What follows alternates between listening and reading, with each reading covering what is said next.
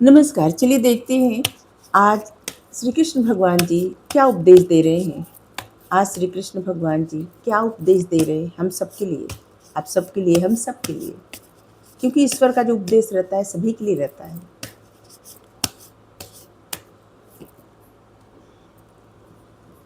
कंक्यूरिंग lust, all knowing one.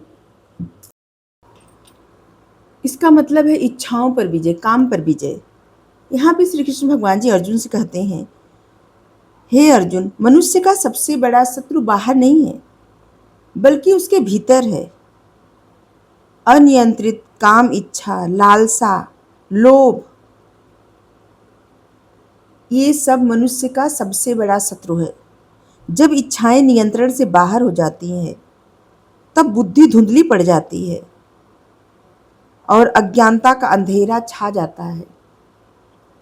व्यक्ति अपने सच्चे मार्ग से भटक सकता है। हे अर्जुन, पहले इंद्रियों को शांत करो, फिर मन को स्थिर करो, तभी तुम्हारी बुद्धि प्रकाशित होगी। आप सबके लिए यहाँ पे जो मैसेज है, जो आज का उपदेश है, उपदेश, मैसेज, हीलिंग, जो भी समझिए, गाइडेंस, आपको अपनी ऊर्जा को व्यर्थ के आकर्षण में नहीं बहाना है। अपनी ऊर्जा को आपको बचा के रखना है, ठीक है? क्योंकि जितना आप अपनी सकारात्मक ऊर्जा बढ़ाएंगे उतना आपका ऑरा और ज़्यादा स्ट्रांग होगा, पॉजिटिव होगा और आपकी मैनिफेस्टेशन क्लियर होगी और जल्दी जल्दी पूरी भी होगी, ठीक है?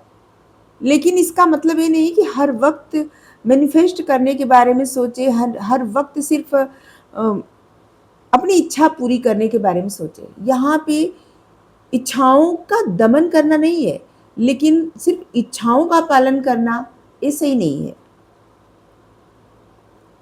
ध्यान, साधना, आत्मनियंत्रण से अपनी शक्ति को बढ़ाइए। आप मंत्र की चैंटिंग करिए, ध्यान करिए। अगर नाम का जप करते, नाम जपिए, मतलब ऐसा कुछ करिए जहाँ पे आपका मन शांत हो। अगर ऐसा नहीं कुछ करते तो लिखिए, जो भी विचार आते जाए लिखते जाइए, लिखते जाइए।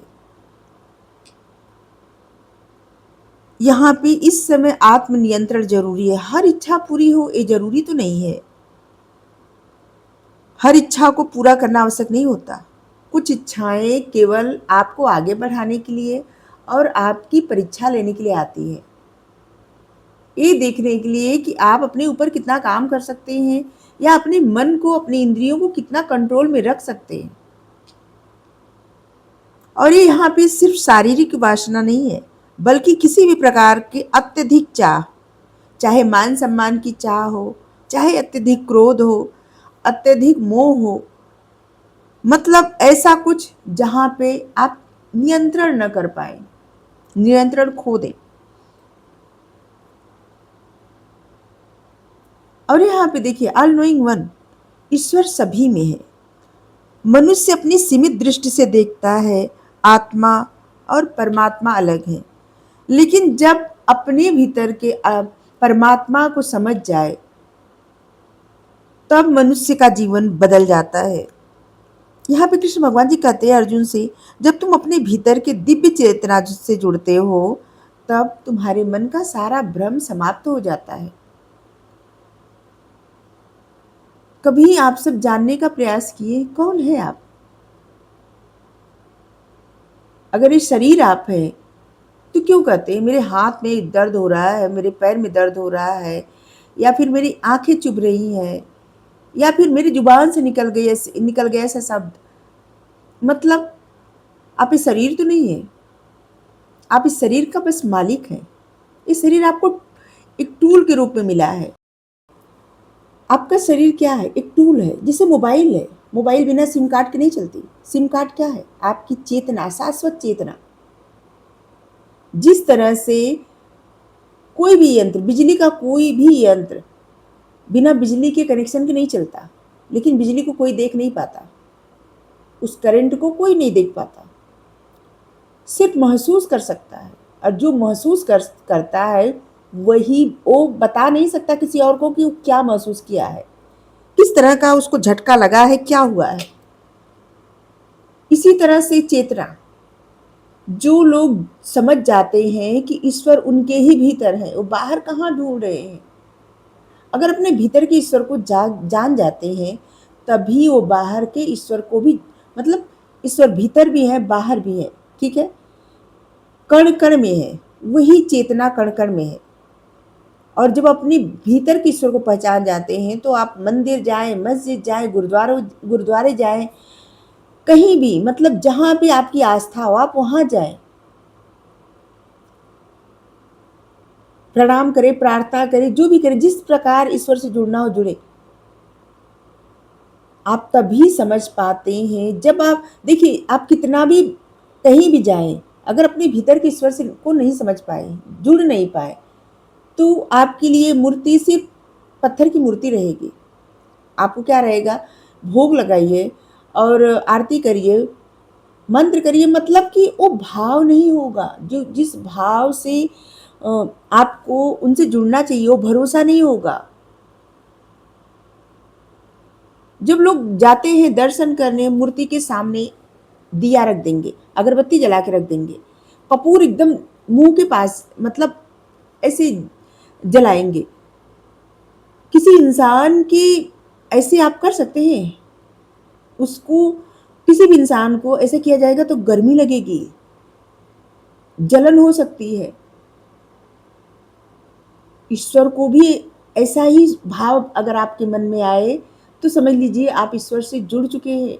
क्योंकि अगर इस भाव से नहीं जा रहे हैं, तो सिर्फ आपकी पूजा एक कर्म कांड बन के रह जाएगा, एक तंत्र बन के। तंत्र मतलब क्रियाएं, मतलब कुछ प्रोसीजर, किस तरह से कोई कार्य किया जाता है। जैसे मंत्र की चैंटिंग, मंत्र तंत्र मतलब क्या विधि है, मंत्र जपने की क्या विधि है, मंत्र तंत्र, तंत्र मतलब होता है विधि। लेकिन अगर आप ईश्वर को समझ रहे हैं, ईश्वर से उसी भाव से जुड़ रहे हैं कि नहीं नहीं, इतने नजदीक दिया रखेंगे तो उनको गर्मी होगी, अगरबत्ती धूप बत्ती की ज्यादा धुआं होगा तो उनको भी परेशानी हो सकती है। ये वाला भाव, ये वाला भाव रखेंगे, तब समझ लीजिए आप ईश्वर पे भरोसा कर रहे हैं कि वो है। नहीं तो बस इतनी भीड़ हर जगह मची रहती है, हर लोग जाते हैं, सबकी अपनी आस्था रहती है, सबकी अपनी श्रद्धा रहती है, लेकिन क्या सब में वो विश्वास रहता है कि ईश्वर सच में है? इसके लिए सभी को अपने आप से प्रश्न करना चाहिए। और इसलिए सबसे पहले अपने भीतर से, अपने भीतर के ईश्वर को पहचानिए। आपके भीतर वही ईश्वर है, हर एक मनुष्य के भीतर वही ईश्वर है, वही बाहर भी है, वही भीतर भी है। जिस तरह से सोने से गहना बनता है, हर प्रकार का ज्वेलरी बनता है सोने से, लेकिन सब में वही सोना रहता है, सोने की कीमत सब में वही रहती है। उसी तरह से वही चेतना, वही शुद्ध चेतना, वही परमात्मा सभी के भीतर है। जब आप अपने भीतर की चेतना से जुड़ते हैं, तब सारा भ्रम समाप्त हो जाता है। उत्तर आपको बाहर नहीं मिलता, आपको अपने भीतर उत्तर मिलेंगे। आपकी आत्मा पहले से बहुत कुछ जानती रहती है, क्योंकि आपको जो जीवन मिलता है ना, ये आपका अपनी इच्छाओं के अनुसार मिलता है। और जो भी इच्छा आपकी रही होगी पिछले जीवन में, ये जीवन आपको ऐसा ही मिला है, और इस जीवन में जो इच्छा रहेगी आगे जीवन मिलता रहेगा। जब इच्छाएं समाप्त हो जाती है, आकर्षण रुक जाता है। आकर्षण मतलब मैनिफेस्टेशन, कुछ भी अट्रैक्ट करना।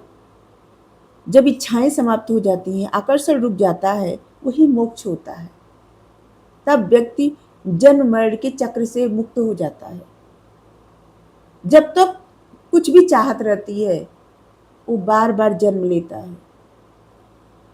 मोक्ष यही होता है, जन्म मरण के चक्र से छूट जाना। कहीं बाहर से, ऐसा नहीं कि कोई अलग से मोक्ष, कहीं स्वर्ग है नरक है, कुछ नहीं, सब कुछ यही है, यहां से अलग कुछ नहीं है। बस अपने आप को जानिए, इच्छाओं में मत उलझे रहिए। बहुत सारी इच्छाएं आपके मन में जागृत होती हैं, कुछ इच्छाएं आपकी परीक्षा होती है। आपकी आत्मा पता नहीं कितने जन्म ले चुकी है, पता नहीं, और वो पहले से बहुत कुछ जानती है।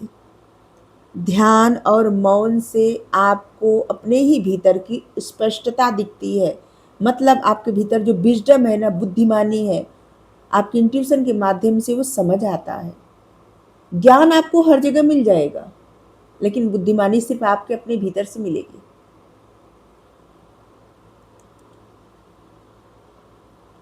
भगवान हर परिस्थिति को देख रहे हैं, इसलिए किसी भी तरह का भय छोड़ दीजिए, अपने धर्म के मार्ग पर चलिए।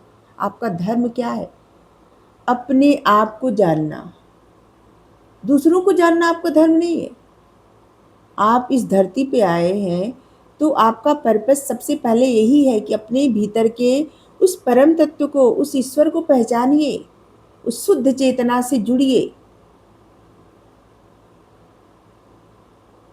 जब आप अपने उस शुद्ध चेतना से जुड़ जाएंगे तो कोई भी परिस्थिति आपको कभी भी परेशान नहीं करेगी। तो यहाँ पे बोलते रहेंगे तो बोलते ही जाएंगे। देखिए, पहले अपनी इच्छाओं, मन और विकारों पर विजय प्राप्त करिए, तब भीतर आपके जो दिव्य बुद्धि है ना, वो जागृत होगी। ये जितनी किताबें हैं, जितने ग्रंथ हैं, जितना सब कुछ है, सब कुछ इस सबके भीतर की बुद्धि ही है जो ज्ञान का रूप धारण करती है। गूगल आपको ज्ञान देता है, बुद्धिमानी नहीं दे सकता। जब आपका मन शांत होता है तब आप अपने भीतर की उस चेतना से जुड़ते हैं, अनुभव करते हैं, और इसलिए आत्मसंयम, ध्यान, आंतरिक शुद्धि, इस सब का इस वक्त यही समय है। इसलिए मन पे कंट्रोल करिए, अपने उस चेतना से जुड़ने का प्रयास करिए। Thank you. राधे राधे।